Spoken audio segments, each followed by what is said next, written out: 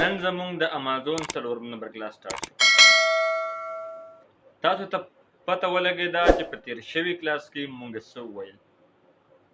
تاسو پین او کاپي راواخلئ او ځان سره ولیکئ. هڅه ټیم مه ضایع کوئ. تش په اورېدو باندې نه کیږي. کوم چې ضروري پوینټونه دي، ضروري نقطې دي، ځان سره لیکئ. که یو پیر پوه نه شئ ویډیو دوباره وګورئ، په دریم پیر وګورئ، ځکه چې دا فری ده، د دې څه فیس نشته دی د کتلو. په پرونی کلاس کې مونږ وویل په دریم نمبر کلاس کې اف بی ای او اف بی ام. اف بی ام څه شی دی او اف بی ای څه شی دی.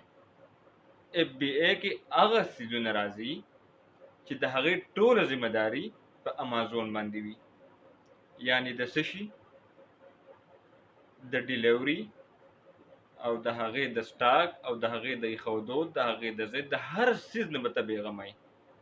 هغې که څومره پیکینګ کېږي، هغې باندې که مزدور خرڅ کېږي، هغې باندې لیبر خرڅ کېږي، چې ستا هر څومره سټاک وي د دې ذمه داري د امازون ده. امازون د کسټمر ته رسوي. دویمه کټګري څه شی دی؟ اف بی ام. په اف بی ام کې به ټول ذمه داري په مرچنټ باندې وي، یعنی په تا باندې به وي.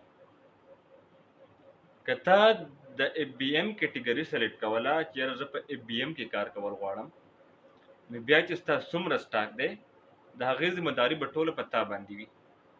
د هغې ډیلیوري به په تا باندې وي، د هغې پیکینګ به په تا باندې وي. ډیلیوري بیا ستا خوښه ده، که ته په ټي سی ایس باندې چاته کوې، که ته په لیپټ باندې کوې، که داسې نور هم ډېر شي چې ته په هر څیز باندې کوې. ښه، دا ټاپک پرون ختم شو. نننی ټاپک زموږ سره چې کوم څلورم نمبر کلاس دی، نن ټاپک دی ګیټډ کیټګري او نان ګیټډ کیټګري. وس آسان دی، مشکل نه دی. ګیټډ کیټګري څه شی دي او نان ګیټډ کیټګري څه شی دي. اف بی ام او اف بی ای خو تاسو وپېژندل، هغه بېله خبره وه. اوس ګیټډ کیټګري او نان ګیټډ کیټګري. په ګیټډ کیټګري کې څه شیان راځي؟ په اسانه ژبه کې تاسو زه پوهه کوم. په ګیټډ کیټګري کې هغه څیزونه راځي چې د کوم چې ستاسو کسټمر دي، کوم باندې چې تاسو خپل سامان خرڅوئ یا تاسو څوک آرډر کوي، هغه که ماشومان هم کېدی شي، زنانه هم کېدی شي، او بوډاګان او ځوانان هر څومره کېدی شي. په دې جان او مال تکه ستا د دې څیزونو نه خطره جوړېدی شي. دې څیزونو ته وایي ګیټډ کیټګري. په ګیټډ کیټګري کې ته کار کولی شي، خو دې به تا د امازون نه یو خصوصي اجازت غواړي. که چېرې تا ته امازون یو خصوصي اجازت درکړو، نو ته بیا په ګیټډ کیټګري کې کار کولی شي. او په نان ګیټډ کیټګري کې د امازون نه د خصوصي اجازت اخیستلو ضرورت نشته. اوس به زه تاسو ته د ګیټډ کیټګري او د نان ګیټډ کیټګري یو څو مثالونه درکم. فار ایگزامپل، په ګیټډ کیټګري کې زموږ سره څه شی راځي؟ یعنی دوايانې. دوايي خو د صحت لپاره ده. د تبې ګولۍ شوې، فار ایگزامپل د بل څه ګولۍ شوې، دا خو به مونږ دا سوچ کوو چې دا خو د صحت لپاره ده، مونږ به خرڅ کوو. یعنی په هر میډیکل سټور کې خرڅېږي، خو په امازون چې دا ته کله خرڅوې، ته به د امازون نه اجازت غواړي. ګولۍ یعنی دوايانې یا داسې نور څه اشیا کوم چې په ګیټډ کیټګري کې راځي، د دې سایډ افیکټ هم شته دی.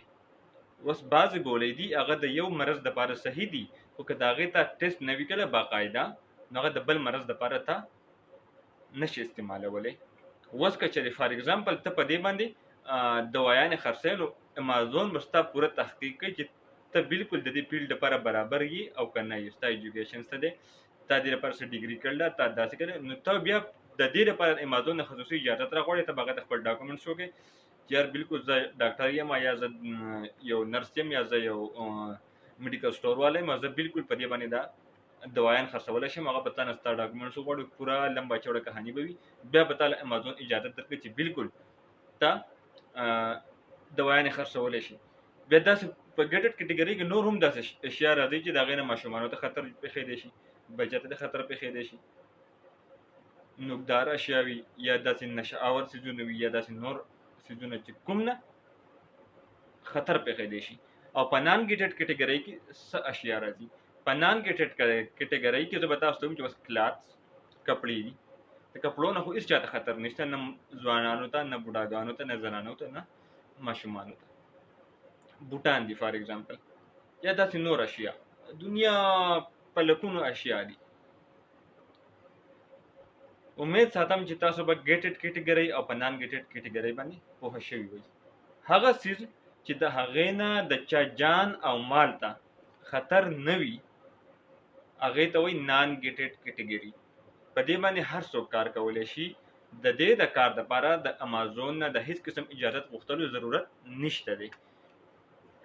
او هغه څیزونه چې د چا د جان او د مال خطر وي په هغې کې هغې ته وایي ګیټډ کیټګري. په ګیټډ کیټګري باندې هر څوک کار نشي کولی. دا به د امازون نه یو خصوصي اجازت غواړي. اوس کوم چې تاسو یې څوک چې د فرست نه شروع کوي هغه ته د ګیټډ کیټګري ضرورت نشته. هغه په خپل اکاونټ کې نان ګیټډ کیټګري سلیکټ کوي چې زه نان ګیټډ کیټګري باندې خپل اکاونټ کولول غواړم او زه خپل بزنس مخ په وړاندې بوتلل غواړم. اوس ان شاء الله تعالی تر دې حده پورې تاسو پوه شئ. دا یو تیوري وه. د دې نه پس کوم زموږ نیکسټ کلاس دی په هغې کې موږ پریکټیکل کول شروع کوو.